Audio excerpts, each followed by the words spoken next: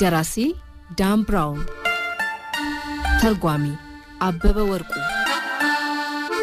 ተራኪያን ዳዊት አለሙና ምህረት ዮሴፍ ኢንፌርኖ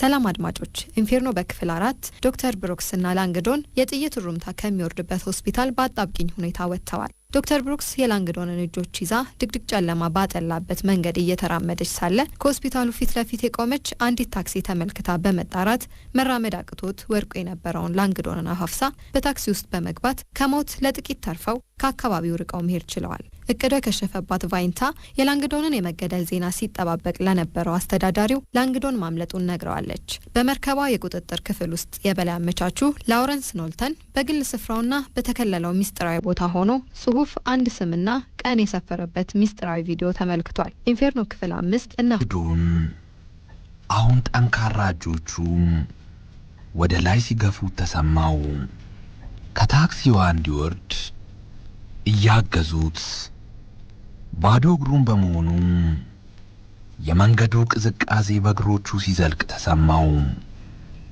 ላንግዶን በከፊል ዶክተር ብሩክስን ሸንቃጣ ሰውነት ተደግፎ በሁለት ህንጻዎች መካከል በሚገኝ አንድ ጭር ያለ መንገድ ላይ እየተንገዳገደ መራመድ ጀምሯል በሆስፒታሉ ውስጥ የተሰጠው አራጊ ጭንቅላቱን ልክ እንደ እይታው ደብዝዞታል ደረጃ አለችው እና ላንግዶን ከህንጻው የጎን መግቢያ ላይ መድረሳቸውን አረጋገጠ አሁን ላንግዶን የደረጃውን ማቀፊያ ተደግፎ እየተንፏቀቀ ሽቅብ አንድ ጊዜ አንድ ደረጃ መውጣት ጀምሯል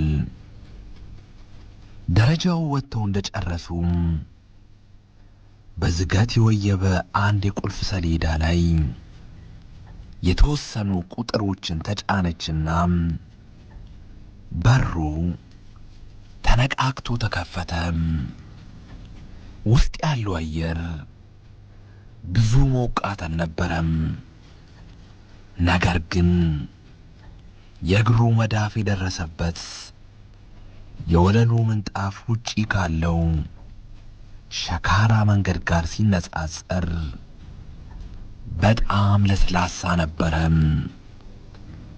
ዶክተር ብሩክስ ላንግዶንን ወደ አሳንሰሩ እየመራች ከወሰደችው በኋላ የተዘጋውን በር ከፍታም ወደ ውስጥ አስገባችው አሳንሰሩ ውስጥ ያለው አየር ሲጃራ ይሸታል በመጠኑም ቢሆን ሽታው የላንግዶንን ጭንቅላት አነቃቅቶለታል ዶክተር ብሩክስ አንድ ቁልፍ ተጫነችና ከላያቸው ሆነ ቦታ ላይ አሳንሰሩን የተሸከሙት ተከታታይ ገመዶች ተንሳጠው መንቀሳቀስ ጀመሩ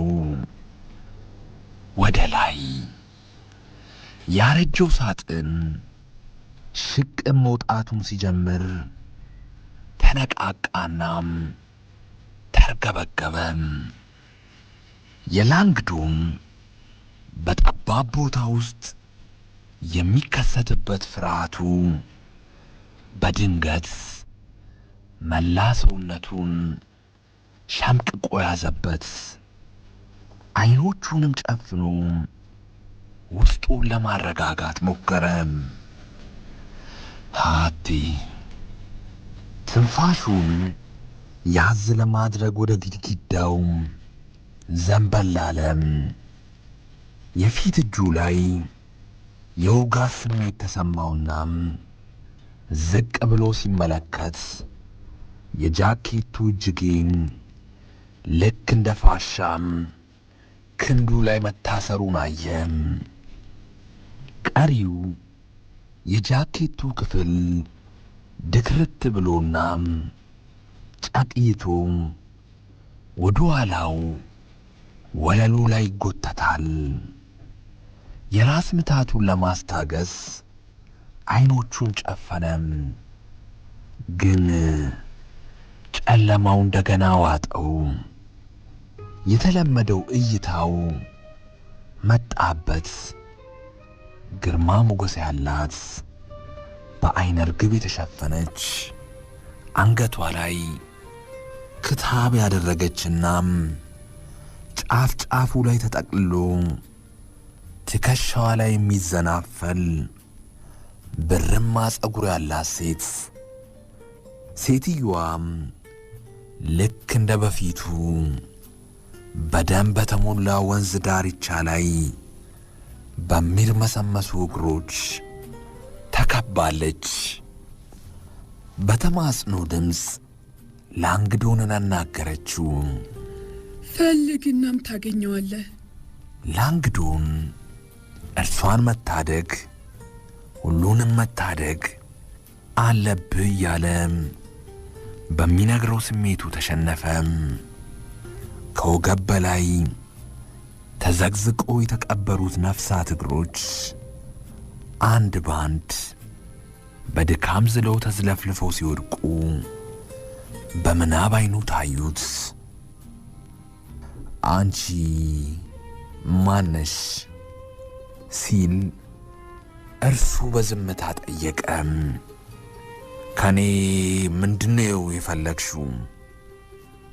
የሚያማምረው ጸጉሯም በንፋሱ መንዘናፈል ጀመረም።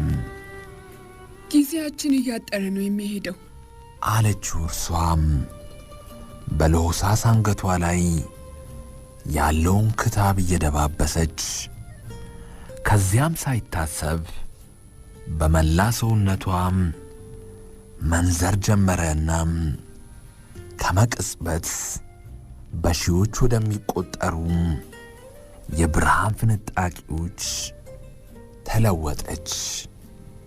ላንግዶን ጮኸ። አይኖቹ ተበለጠጡ። ዶክተር ብሩክስ እርሱን በጭንቀት ትኩር ብላም ተመለከተችው። ምንድነው እሱ? መቃዠቴን ቀጥያለሁ አላት ላንግዶን። አንድ አይነት ምስል ነው እየታየኝ ያለው። ባለብርማ ጸጉሯ ሴትዮ እና ሁሉም በድን አካላት። ላንግዶን ቅንድቡን እያላበው ራሱን ባውንታም ሽቅብ ቁልቁል ናጠም። ምንም እንኳን ገጿ ላይ ሽንፈት ቢነበብበትም አይዞ ደህና ትሆናለህ በማለት አጽናናችው። ተደጋጋሚ ምናባዊ እይታዎች በአምኔዥያ የተለመዱ ናቸው። ትውስታዎችንም የሚያደራጀውና የሚያቀናጀው የጭንቅላት አሰራር ተረብሿል። ስለዚህም እያንዳንዱን ነገር ወደ አንድ ምስል ነው የሚወረውረው። በጣም ጥሩ ያልሆነ ምስል አላት ላንግዶን። አውቃለሁ። ትውስታዎች ይዘበራረቃሉ፣ ቅደም ተከተላቸውንም ይስታሉ። የበፊት ያሁን ትውስታዎችና በአይነ ህሊና የሚታዩ ሐሳቦች በሙሉ ይቀያየራሉ። በህልም ላይም ተመሳሳይ ነገር ይከሰታል። አሳንሰሩ ተንገጫግጮ ቆመና ዶክተር ብሩክስ በሩን ወደ ጎን ፈልቅቃም ከፈተችው። ከዚያም ከአሳንሰሩ ወጥተው ጨለማ በዋጠው ጠባብ ኮሪደር በኩል እንደገና መራመድ ጀመሩ።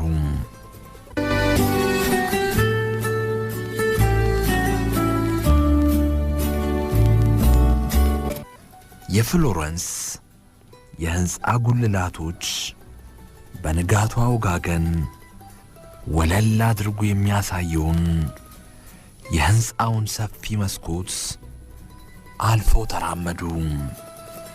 ከዚያም ኮሪደሩ ጫፍ ላይ ከሚገኝ አንድ ውሃ የተጠማም የሚመስል የቤት ውስጥ አበባ ስር ቁልፍ አወጣችና የቤቷን በር ከፈተችው። ክፍሉ እንደ ልብ የሚያፈናፍን አልነበረም። የቫኒላ መዓዛ ያለው ሻማና የነተበው ምንጣፍ ሲጋጩ የፈጠሩ ሽታም ክፍሉን የተለየ መዓዛ ሰጥቶታል። የቤት ውስጥ ዕቃዎቿም በጣም ውስን ናቸው። ዶክተር ብሩክስ የቤት ሙቀት መቆጣጠሪያ ማሽኑን አስተካክላ ስታስነሳው አጓርቶ ሥራ መስራት ጀመረ። እርሷም ቀልቧን ሰብሰብ ለማድረግ ላፍታ ቆም አለችና በረጅሙ ተነፈሰች። ከዚያም ዞር አለችና ሁለት የደከሙ ወንበሮች ወዳሉት የማዕድ ቤት ጠረጴዛ ላንግዶንን ደግፋ ወሰደችው።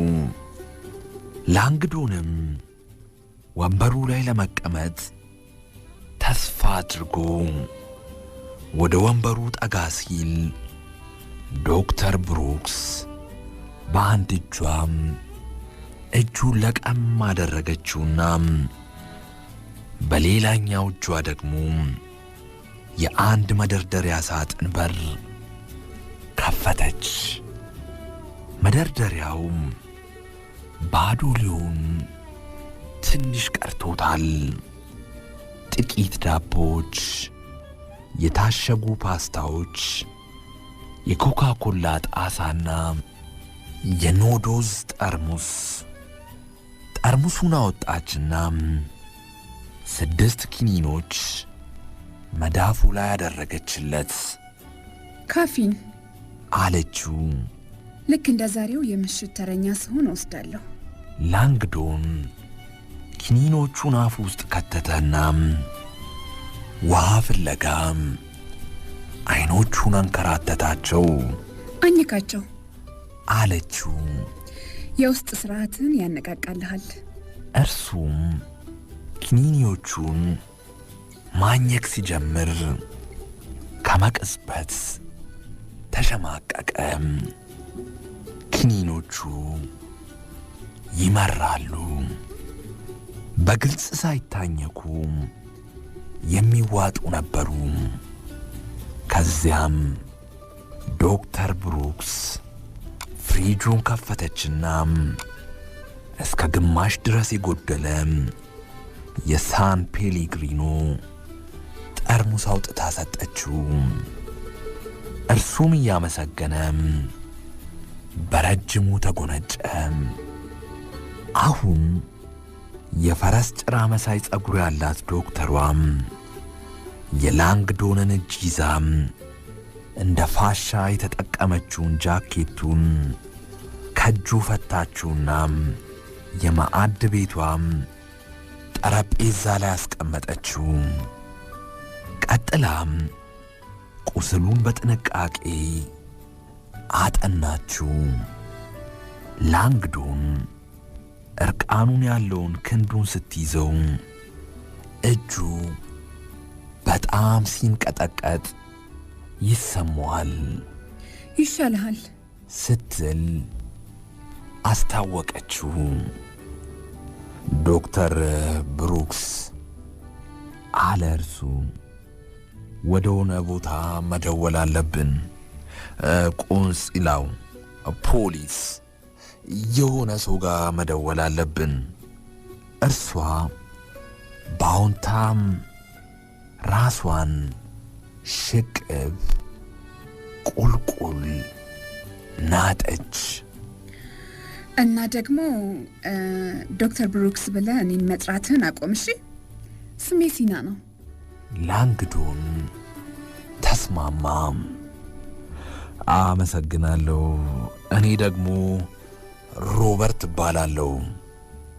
የመጀመሪያ ስማቸውን ተጠቅሞ የፈጠሩት የሐሰት ማንነታቸው ለደህንነታቸው ማረጋገጫ ይመስላል። እንግሊዛዊ ነኝ ብለሽኝ ነበረ። አዎ፣ በትውልድ የእንግሊዛውያንን የንግግር ቅላጼ ግን እየሰማው አይደለም መልካም ስትል መለሰችለት። ከሀገር ሀገር በመንከራተት ያጣሁት። ላንግዶን ለምን እንደሆነም ሊጠይቃት እየከጀለው ሳለም በድንገት ተከትሏት እንዲሄድ በእጇ መለከተችው። በአንድ ቀጭን ኮሪደር በኩል ወደ መታጠቢያ ቤቷ እየመራች ይዛው ሄደች። ላንግዶን ከእጅ መታጠቢያው በላይ በተሰቀለው መስታወት ላይ የፊቱን ነጸብራቅ ከሆስፒታል ክፍሉ በኋላም ለመጀመሪያ ጊዜ ትኩር ብሎ አየው። ጥሩ አይደለም አለ ላንግዶን በልቡ። ወፍራም ጥቁር ጸጉር እርስ በራሱ ተጨባብጧል። አይኖቹ ቀልተው ፈዘዋል። ጢሙ ሙሉ የመንጋ ጭላውን ዙሪያም እንደ ዳዋ አልብሶታል። ሲናም ወደ ውሃ ማቆሪያው ዙራም የተጎዳውን የላንግዶንን የፊት እጅ በበረዶ የቀዘቀዘ ውሃ ውስጥ እንዲዘፈዝፍ አዘዘችው። እርሱ በጣም ቢቀዘቅዘውም እየተንቀጠቀጠም እጁን ውሃ ውስጥ ነክሮ አቆየው። ከዚያም ሲና የመታሻ ጨርቅ አውጥታም በጸረ ባክቴሪያም ሳሙና ረጠበችው። ወደዚህ ማየት ላይኖርብህ ይችላል። ችግር የለውም፣ ምንም አያሳስበኝም። ሲናም ቁስሉን ማጽዳት ስትጀምር ላንግዶን የሚያንሰፈስፍ ስሜት እጁ ላይ ተሰማው። ህመሙ የፈጠረበትን ስሜት ለመቋቋምና አላስፈላጊ ድምፅን ላለመፍጠር ጥርሱን ነከሰ። እንዲመረቀዝ አትፈልግም አይደል? አለችው በጣም እየፈተገችው። በተጨማሪም ባለስልጣኖቹ ላይ የምትደውል ከሆነ አሁን ካለህበት ሁኔታ በተሻለ መልኩ መንቃት ይኖርብሃል። የአድሬናሊን ሆርሞን ምንጨታ ከህመም ስሜት የበለጠ የሚቀሰቅስ አንዳች ነገር የለም። በመጨረሻም ጥሩ አለችውናም ውሃውን ዘግታም እጁን በንጹህ ፎጣም አደረቀችለት። ቀጥላም ቁራጭ ፋሻም የፊት እጁ አንጓ ላይ እያደረገችለት እያለም ላንግዶን ከመቅጽበት ባስተዋለው አንድ ነገር ተረበሸም። ለርሱ በጥልቀት የሚያበሳጭ አንዳች ነገር ለ4 አስርት ዓመታት ገደማም ከቤተሰቦቹ በስጦታ የተበረከተለትን የአንቲክ ኮሌክተርስ ኤዲሽን የማይክ ማውስ የእጅ ሰዓት ያደርግ ነበር። የማይክ ፈገግታም የሚነበብበት የፊት ገጽና የሚውለበለብበት እጆች ለላንግዶን የቀን ቀን ፈገግታ ትውስታን የሚያመጡና ሕይወትን ቀለል አድርጎ ለማየት እንዲችል ይረዱት ነበር። የእጅ ሰዓቴ ላንግዶን ተርበተበተ። ጠፍቷል። እርሱ ያለ እጅ ሰዓቱ ከመቅጽበት ባዶነት ተሰማው። ሆስፒታል ስደርስ አድርጌው ነበር። ሲናም እርሱ በማይጠቅም ነገር ሲጨናነቅ በማስተዋሏም ግራ ተጋብታም ባለማመን አይኖቿን ወደ እርሱ ወረወረቻቸው። ምንም አይነት ሰዓት ትዝ አይለኝም አሁን ራስህን አጽዳ። ከተወሰኑ ደቂቃዎች በኋላ እመለሳለሁ። ከዚያ በኋላ እርዳታ ማግኘት ስለምንችልበት መንገድ እንነጋገራለን ብላው ጥቂት ራመድ አለችና በሩ ደጃፍ ላይ ስትደርስ መስታወቱ ላይ ካሉት የላንግዶን አይኖች ላይ አይኖቿን ተክላ ቆም አለች። እንደ ሄድኩ የሆነ ሰው ለምን ሊገል እንደሚፈልግ በሚገባ ብታስብበት ጥሩ ነው ብዬ አስባለሁ። ባለስልጣኖቹም ሊጠይቁ የሚችሉት የመጀመሪያው ጥያቄ ሊሆን እንደሚችል ገምታለሁ። ቆይ የት እየሄድሽ ነው? በከፊል እርቃንህን ሆነ ከፖሊሶች ጋር መነጋገር የለብህም። የሆኑ ልብሶችን ላመጣልህ ነው። ጎረቤቴ ባንተ ልክ ይሆናል። እሱ ስለሌለ ድመቲቱን እንከባከበለታለሁ። ያውለታ አለበት። ሲናም ይሄን ካለችው በኋላ ወዲያውኑ ክፍሉን ለቃ ወጣች። ሮበርት ላንግዶን ከእጅ መታጠቢያው በላይ ወዳለችው ትንሽ መስታወት እንደገና ዞር አለና መልሶ አፍጥጦ የሚመለከተውን ሰው እንደምንም ለማስታወስ ሞከረ።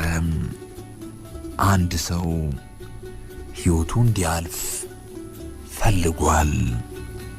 እርሱ ወደ ሆስፒታል ሲገባ በተደጋጋሚ ሲያግሮመርም የነበረውን ቃል በምናቡ አዳመጠው። ቬሪ ሶሪ ቬሪ ሶሪ። እርሱም አንዳች ነገር ለማስታወስ ሲል የአእምሮውን የመረጃ ቋት ፈተሸም። ነገር ግን አእምሮ እንደ ነጭ ወረቀት ባዶ ሆነበት። ማወቅ የቻለው ነገር ቢኖር ጭንቅላቱ ላይ በጥይት እንደቆሰለና ፍሎረንስ እንደሚገኝ ብቻ ነበር። ላንግዶን በመስታወቱ ላይ የፈዘዙ አይኖቹን ትኩር ብሎ እየተመለከተ ምናልባት በቤቴ ውስጥ በሚገኘው የንባብ ወንበሬ ላይ ባዶ የማርቲን ጠርሙስ ጨብጬ ባንዳሽ ቅጽበት ከእንቅልፌ ባንኜ እነሳ ይሆን ሲላሰበ። ኢንፌርኖ ክፍል 5 ያደመጣችሁትን ይመስል ነበር። በክፍል 6 እስከምንገናኝ መልካም ጊዜ። ኢንፌርኖ ደራሲ ዳን ብራውን፣ ተርጓሚ አበበ ወርቁ፣ ተራኪያን ዳዊት አለሙና ምህረት ዮሴፍ። ኢንፌርኖ